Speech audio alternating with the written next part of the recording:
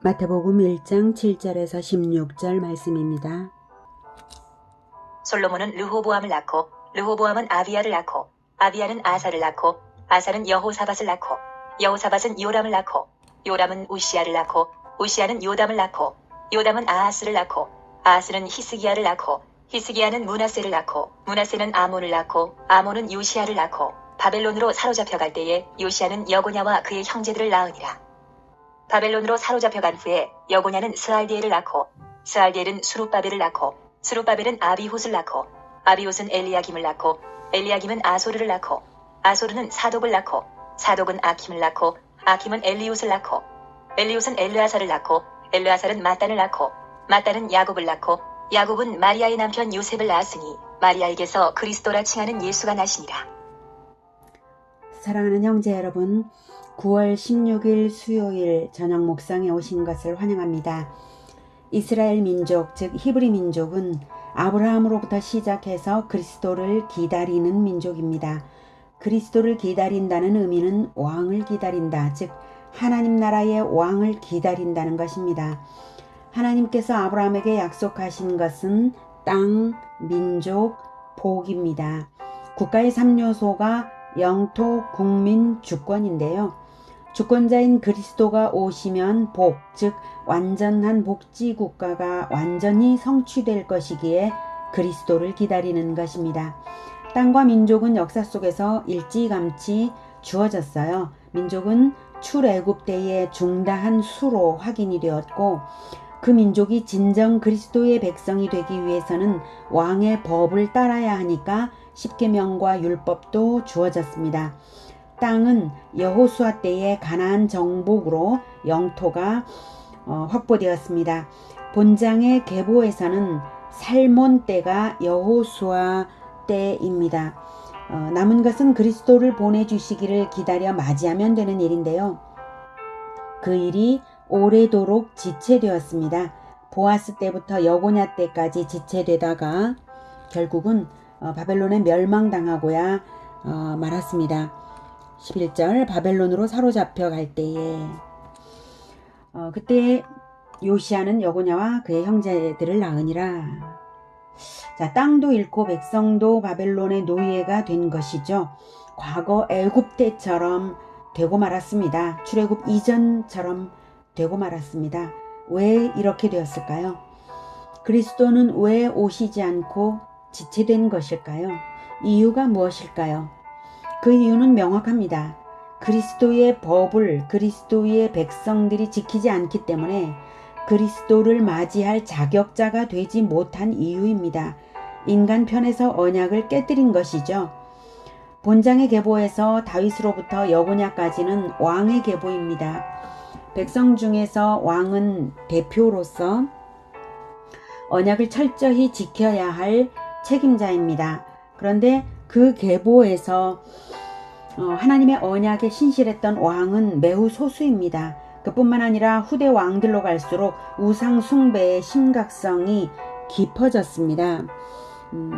아하스는 자기 자식을 불태워서 몰렉에게 바치는 극악한 일까지 저질렀고, 므낫세는 성전에 우상을 갖다 놓았죠.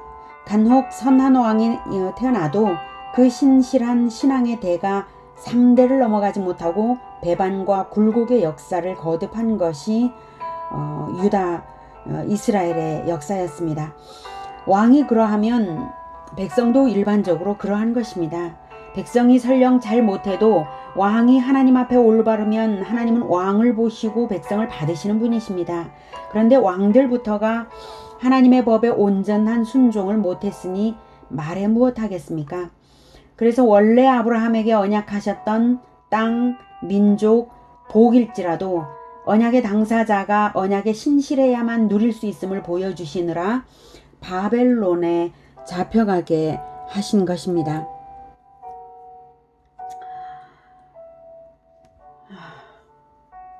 언약 이전으로 되돌려 놓으셨다고 보시면 됩니다.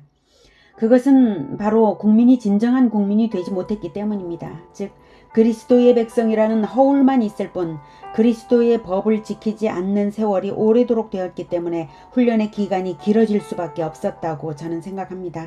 하나님은 오래 기다리신 것이죠. 인간 편에서 언약을 깨뜨렸지만 그러나 신실하신 하나님은 언약을 이루십니다. 그래서 왕정은 없어졌지만 왕족인 다윗의 후손 가운데서 그리스도를 태어나게 하셨습니다. 국권을 바벨론에게 잃은 후 예루살렘이 돌아오긴 돌아왔지만 제국이 몇 번 바뀌는 기간에도 온전한 국권 회복은 없었기에 이스라엘은 사실 나라가 아니었습니다. 왜 그랬냐고요? 뻔한 거 아니겠습니까? 예루살렘으로 돌아와 성전까지 지었어도 다시 율법을 지키지 않았기 때문이죠. 그러면서 로마의 지배하에까지 온 시점에 드디어 하나님께서 그리스도를 태어나게 하셨습니다. 그리스도가 오시는 것이 왜 지체되었는가? 한마디로 하면 그리스도의 백성이 율법 순종에 있어서 준비되지 않았기 때문입니다. 그러면 이제 하나님은 그리스도를 불복종의 나라에 태어나게 하셔서 어쩌실 작정이실까요? 땅도 없고 백성도 없는데 왕만 보내셔서 어쩌실 작정이실까요? 복음서를 이미 읽은 우리는 알죠. 회개하라며 천국의 시작을 선포하셔서 마귀의 나라에서 자기 백성을 불러내시기 위해서 그리스도가 일하실 것을 말입니다. 이렇게 믿는 백성을 먼저 부르신 다음에는 훗날 재림 때에 새하늘과 새 땅을 자기 백성들에게 내려주실 것이 요한계시록에 예고되어 있습니다. 그래서 그리스도부터는 혈통의 계보가 더 이상 기록되지 않습니다. 진정한 자기 백성은 예수 그리스도의 피로 죄가 대속된 자들로서 예수 그리스도의 씨를 받아 말씀의 씨로 거듭나고 말씀의 씨, 즉 그리스도의 법으로 살며 그리스도의 법으로 가르쳐 대를 잇는 새롭고 진정한 계보가 있을 뿐입니다. 진정한 가르침과 실천의 계보입니다. 그 계보가 어디 있냐고요? 요한계시록의 생명책이 바로 그 계보인 줄 믿습니다. 어린 양의 생명책은 구원받은 자들의 이름들이 다 기록되어 있고 그것은 계보의 질서를 따라 기록되어 있을 것은 분명하니까요.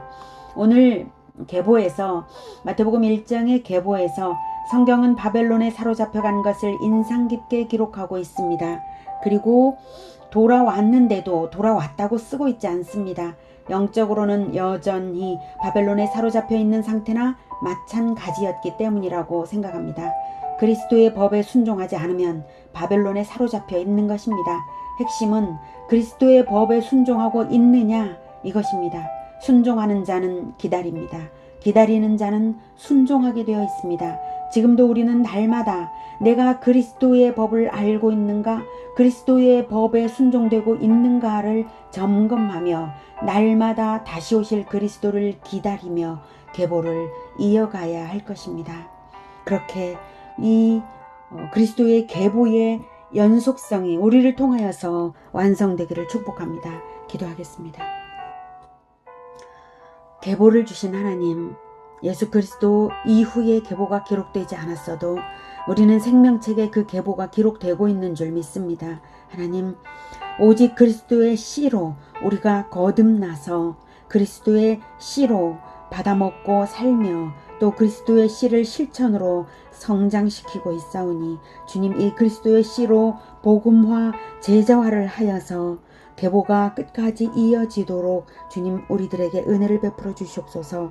오직 말씀을 듣고 실천하는 그 계보의 연속성이 끊어지지 않게 도와주시옵소서. 예수 그리스도 이름으로 기도드립니다.